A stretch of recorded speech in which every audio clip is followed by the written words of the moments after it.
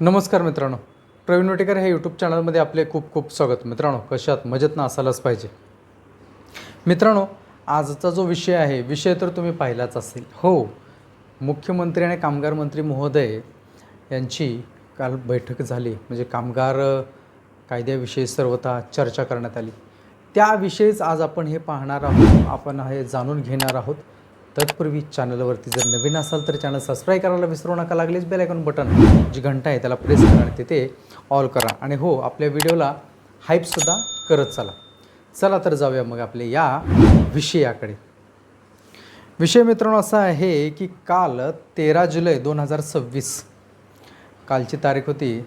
आपले महाराष्ट्र राज्याचे मुख्यमंत्री सन्माननीय देवेंद्र फडणवीस साहेब यांनी थोडासा आढावा घेतला. काय आढावा घेतला, काय बैठक आहे हेच जाणून घ्यायचं आहे. तत्पूर्वी भारत सरकारने जे कामगार कायदा, जे कामगार संहिता, जे नवीन 4 कामगार कायदे, म्हणजे 29 कायद्याचे 4 कायद्यामध्ये बदल, त्याच्यामध्ये 4च कायदे केले. ते 29 कायद्यामधले 4च कायदे फक्त, जे काही कामाचे नाही, ते जे कायद्यामध्ये काहीच नाही ते कायदे बंद करत 4 कायद्यामध्ये त्याचे रूपांतर. आणि त्याचं मग आपल्या कामगार मंत्री महोदयांनी मागेच त्यावरती आपण एक व्हिडिओसुद्धा बनवला आहे आणि त्यांनीसुद्धा स्वतः सर्वांना आव्हान केलेलं आहे. काय आव्हान केलं आहे की हे जे कायदे आपल्याकडे भारत सरकारने हे केले, तर महाराष्ट्र शासन याच्यावरती आपलं काही सजेशन ऑब्जेक्शन आहे, आपल्या काय सूचना काय आहेत का, याच्यावरती आपल्याला काय म्हणणं आहे आपलं, हे लिखित स्वरूपामध्ये आपण कळवायचं आहे शासनाला.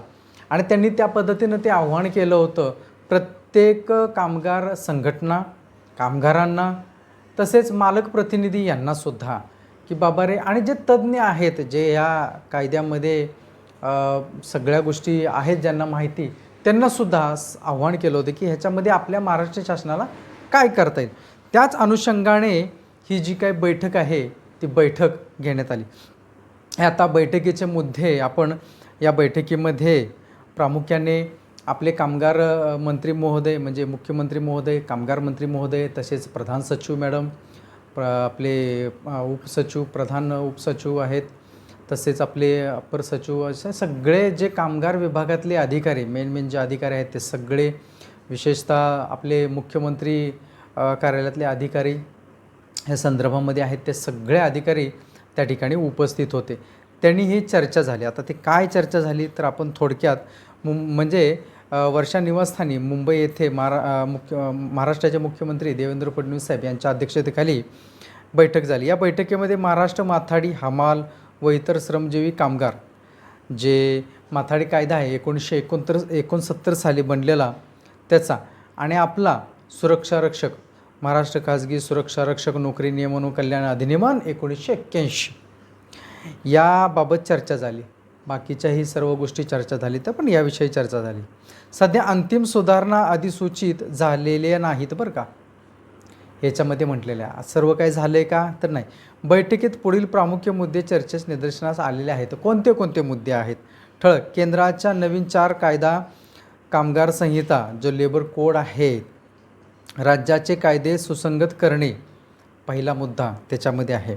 आणि ह्याच मुद्द्याला धरून आपले महाराष्ट्राचे मुख्यमंत्री यांनीसुद्धा सर्वांना तसे आदेश दिलेले आहेत की हां, केंद्र शासनानं आपल्याला ते 4 कायद्यामध्ये बदल केलेले आहेत, ठीक आहे, काय हरकत नाही, पण आपल्या राज्यामध्ये या कायद्याअंतर्गत अजून आपल्या जो कामगार आहे त्याला चांगलं बळकटी देणं आणि त्याच्या काय सुविधा करता येतील त्याच्यासाठी, तर या कायद्यामध्ये अजून काय चांगलं करता येईल याचा विचार करायचा, हे आदेश मुख्यमंत्री देवेंद्र फडणवीस साहेबांनी दिलेले आहेत. हा पहिला, कामगार हिताला प्राधान्य देण्याची आवश्यकता सुधारणा आहे.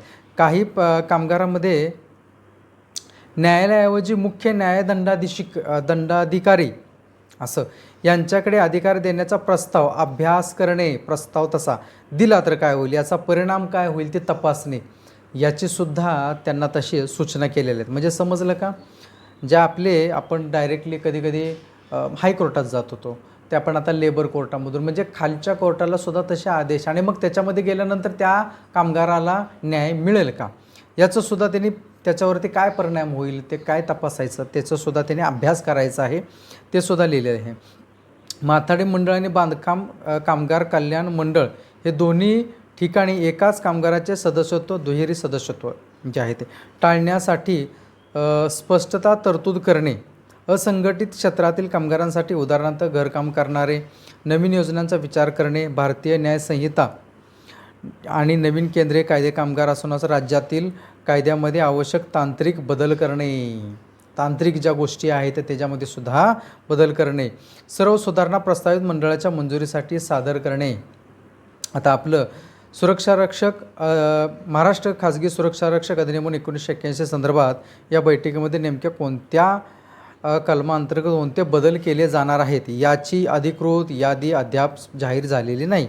कोणत्या कलमांतर्गत कोणत्या ह्याच्यानुसार काही नाही.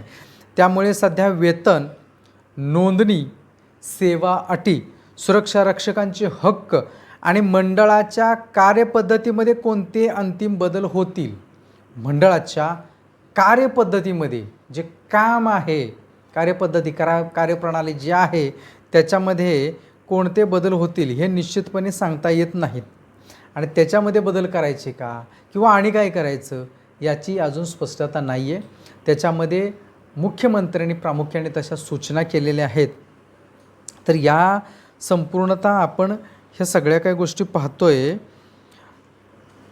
याच्यामध्ये एक आहे की केंद्र शासनाने जरी कायदे केले असतील तर प्रत्येक राज्य त्याच्यानुसार त्या कायद्यामध्ये आहे तसंच ते कायदे लागू करत आहेत का, तर नाही. बऱ्याच ठिकाणी त्या कायद्याविषयी बऱ्याच तज्ञांनी बऱ्याच राज्यामध्ये तसे जे विचार करून त्यांनी ते लागू केलेले आहेत का, आत्तापर्यंत माझ्या तर कानावरती अजून कुठे किंवा बातमी अजून आलेली नाही आहे की त्या राज्यामध्ये आपल्याला ती तशी माहिती घ्यावं लागेल. प्रत्येक राज्यामध्ये त्याची पडताळणी सुरू आहे कशा पद्धतीने आणि काय. आणि केंद्रामध्ये जे सरकार आहे, राज्यामध्ये सुद्धा तेच सरकार आहे. म्हणजे केंद्राने दिलेलं तेच कायदे लागतील का, तर नाही. मुख्यमंत्र्यांनी कालच्या बैठकीमध्ये जसे निर्देश दिलेत किंवा जशा सूचना दिलेल्या आहेत याच्यावरून एक स्पष्टता होते की मुख्यमंत्री साहेबांना एक आहे की कामगारांचे हक्क जे आहेत ते हिसकावून घेता कामा नये. कामगारांना न्याय मिळाला पाहिजे. त्यांच्या नोकरी नियमन कल्याणकारी जे योजना आहेत त्या त्यांना मिळाल्या पाहिजेत. त्यांना जो वेतन आहे, वेतन त्यांना जो केंद्र शासन म्हणते त्याप्रमाणे त्यांना जो वेतन आहे ते वेतन त्यांना त्या पद्धतीने मिळालं पाहिजे. त्यांना सर्व सुविधा, ज्या सुविधा त्या अंतर्गत आहेत त्या सर्व सुविधा ज्या आहेत त्या मिळाल्या पाहिजेत. कोणकोणते घटक या कायद्याअंतर्गत राहतील काय हा सुद्धा त्याच्यामध्ये आहे. जे असंघटित कामगार आहेत, जसे असा भरपूरसे नवीन येत आहेत आता जे गिग कामगार वगैरे येत आहेत त्याच्यामध्ये ते अंतर्गत याच्या कसे घेता येईल आणि त्यांना कसं या कायद्याअंतर्गत राहून बरेचच काय करता येईल का, हा सुद्धा विचार हा सुद्धा त्यांनी त्याच्यामध्ये. आणि प्रामुख्याने जे आपण कोर्ट कचऱ्यामध्ये जावं लागतं, एखाद्या प्रायव्हेट ठेकेदाराकडे काम करणाऱ्या सुरक्षारक्षकाला त्याला मंडळामध्ये यायचं असलं तर त्याला बाबा काय सहजासहजी तो मंडळामध्ये त्याने अपील केले आणि आलं आहे असं कधी झालंच नाही. त्याला न्यायालयाचा दरवाजे ठोठावेच लागतात. आणि मग कुठं न्यायालय ते आदेश देतं की या सुरक्षारक्षकाला अन्याय होतो, याच्यावरती सुरक्षारक्षक मंडळाने याला नोंदणीत करून घेण्यात यावे. मग ते असं होतं. मग आता डायरेक्टली कधी कधी हायकोर्टामध्येच जायचे, ज्या संघटना प्रतिनिधी होते हायकोर्टामध्येच जायचं. आता त्याचा खालील कोर्टापासून तुम्ही सुरुवात करा किंवा त्यांना तसे अधिकार द्यायचे का किंवा काय, याकरता आता पुन्हा एक वेळ खलबतं जे आहेत ते चाललेले आहेत. पाहूया येत्या काळामध्ये काय होतं आहे. पाठीमागचा एक किस्सा सांगतो. पाठीमागंसुद्धा 2014मध्ये ज्यावेळेस नवीन हे सरकार आलं आणि हे सरकार आल्यानंतर प्रथमच मग केंद्रामध्ये सुद्धा काय कायदे जे आहेत ते बंद करण्यात आले आणि कायद्यामध्ये बदलसुद्धा करण्यात आले. नवीन सरकार आलं त्यावेळेस मग 2015मध्ये सुद्धा 2014मध्येच त्यांनी तसे आदेश दिले होते की आपल्याकडे जे जे कामगार कायदे किंवा ह्याच्यामध्ये आहेत त्याच्यामध्ये काय बदल करता येतील का काय, असं अधिकाऱ्यांना तसे आदेश दिले होते. मग काय तुम्हाला सांगायचं, आपल्या सुरक्षारक्षक मंडळाच्या कायद्यामध्ये आसन तसन हे ते भरपूरसं काय गोष्टी त्याच्यामध्ये म्हणजे जाऊन भेटले. कोण भेटले, टिंब ते जाऊन भेटले आणि मग अधिकाऱ्याने तशाच पद्धतीनं ते सर्व काही रंगून बिंगून एकदम मस्तपैकी ठेवलं. आणि मग साहेबांनी बोलवलं वर्षा बंगल्यावरती आणि ब्रेकफास्ट करता करताच मला प्रेझेंटेशन द्या, या सगळ्या गोष्टी थोडक्यात मला प्रेझेंटेशन द्या. त्यांनी प्रेझेंटेशन देताना दिलं सर्व काही त्या पद्धतीनं दिलं. त्यांनी शांतपणे ऐकलं. ब्रेकफास्ट त्यांचा जो होता तो नाश्ता त्यांचा झाला. पाण्याचा एक घोट घेतला आणि मग सांगितलं, सुरक्षा रक्षकांच्या कायद्याचं आहे ना ते जरा बाजूला ठेवा. का बरं? कारण ते जर आलं असतं तर आत्ता आपलं मंडळ राहिलं असतं का नाही माहिती नाही राव. अशा गोष्टी त्याच्यामध्ये म्हणजे घडत होत्या, अशा सगळ्या काही गोष्टी. परंतु कायद्याची जाण, कारण ते स्वतःच एक लॉ स्टुडंट असल्यामुळे कायद्याचा अभ्यास त्यांना पूर्णतः आहे. कायदा काय आहे, सुरक्षा रक्षक मंडळाचा कायदा काय आहे, सगळ्या काही बाबी त्यांना माहीत आहेत.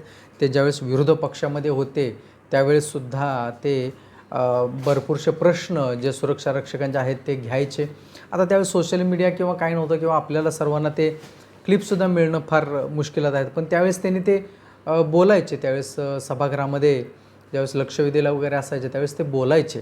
त्यामुळे त्यांना कायद्याचा, सुरक्षा रक्षक मंडळाचा बारकाईनं अभ्यास आहे आणि पाहायला गेलं तर कायद्याचं संपूर्णतः त्यांच्याकडे आहे. तर त्यांनी सूचना केल्यात, चांगलं काय करता येईल का. आता पाहूया आपल्यासाठी काय काय नवीन चांगलं येतं आहे की आणि काय आपल्यासाठी नवीन काय गोष्टी घडत आहेत. परंतु आपल्या परीनं ज्या काही चांगल्या गोष्टी आपण पॉझिटिव्हली थिंकिंगली विचार केला तर हो, आपण पॉझिटिव्हली विचार करूया की हां, येत्या काळामध्ये आपलं चांगलं सगळ्या काही गोष्टी होतील.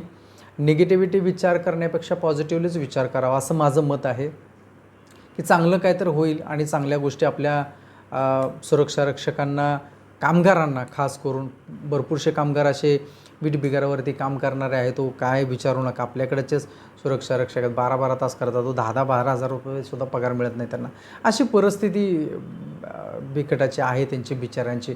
मग म्हणूनच तर हा कायदा बनवलेला आहे. या सगळ्या काही गोष्टी आहेत. मित्रांनो, तुम्हाला थोडक्यात जेवढं माझ्यापर्यंत येतं माझ्या भाषेमध्ये मला जे काही समजलं, जिथून मला माहिती मिळाली त्या माहितीच्या अनुषंगाने आपल्या या यूट्यूब चॅनलच्या माध्यमातून आपल्यासमोर ठेवतो आहे. जेवढं समजलं तेवढं समजून घ्या, जेवढं नाही समजलं ते सोडून द्या. मला जेवढं समजतं तेवढंच आपल्यासमोर ठेवतो. नाही समजलं तर मलाही नाही समजत असं नाही आहे की काय आभाळातूनच कोणी शिकून येतं. आपल्याला समजतं. कायद्याविषयी सगळ्या गोष्टी आहेत, फार किचकट गोष्टी आहेत. या समजून घेणं फार कठीण असतं. आणि हो, आपल्या पगाराविषयी काय झालं साहेब चालू आहेत. आता आठवड्याचा कालावधी दिलेला आहे ना, मनसेनं तसा इशारा दिलेला आहे. आठवड्याभर पाहूया काय होतं आहे काय नाही ते. आणि मग त्याच्यावरती नंतर पुढच्या मीटिंग्स वगैरे खलबतं सगळ्या काही गोष्टी होतील. तुर्तास थांबूया का मित्रांनो. व्हिडिओ आवडल्यास लाईक करा, शेअर करा, चॅनल सबस्क्राईब करायला विसरू नका. जाता जाता भेटूच आपण पुढील व्हिडिओमध्ये. तोपर्यंत आपली सर्वांची काळजी घ्या. नमस्कार.